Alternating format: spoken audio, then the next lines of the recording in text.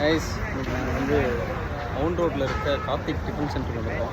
Key பொடி தோசையும் key பொடி மசால் தோசையும் ஆர்டர் பண்ணியிருக்கோம். நம்ம தோசை ரெடியாக வர டைமில் நீங்கள் நம்ம சேனலுக்கு ஃபாலோ பண்ணிட்டு நம்ம வீடியோ லைக் பண்ணிட்டு தோசை பிடிக்கிற உங்கள் ஃப்ரெண்டுக்கு இந்த வீடியோவை ஷேர் பண்ணிடுங்க. நம்ம ஆர்டர் பண்ணிட்டு அந்த ஆர்டருக்காக வெயிட் பண்ணும்போது அவங்க சுடுற தோசையோட அழகை பார்க்குறதுக்கே நம்ம எவ்வளோ நேரம் வேணால் நிற்கலாம். அண்ணா நகரில் உள்ள கார்த்திக் டிஃபன் சென்டருக்கு அடிக்கடி போயிருக்கோம். ஆனால் மவுண்ட் ரோடுக்கு இதான் ஃபஸ்ட் டைமு. உண்மையை சொல்லணும்னா அண்ணா நகரை விட மவுண்ட் ரோடு ரொம்பவே பெட்டர். ஏன்னு கேட்டிங்கன்னா அண்ணா நகரை விட மவுண்ட் ரோடில் தோசை ரொம்பவே தின்னாகவும் நல்ல பெருசாகவும் ஊற்றி தராங்க. அதே கரண்டி மாவு தான், பட் ஆனால் அதோட தின்னஸ் ரொம்ப ரொம்ப மொறுமொறுப்பாக இருக்குது, சூப்பராக இருக்குது. அதே மாதிரி அண்ணா நகரில் சாம்பாரை நார்மலான ஒரு பாத்திரத்தில் வச்சுருப்பாங்க. இங்கே மவுண்ட் ரோட்டில் அந்த சாம்பார் எப்பயுமே சூடாகவே இருக்கிற மாதிரி ஒரு பாத்திரத்தில் வச்சுருக்காங்க. இதில் எப்படின்னா அடியில் வெந்நீர் இருக்கும், அதுக்கு மேலே பாத்திரம் இருக்கும், அதுக்குள்ளே சாம்பார் இருக்கும்.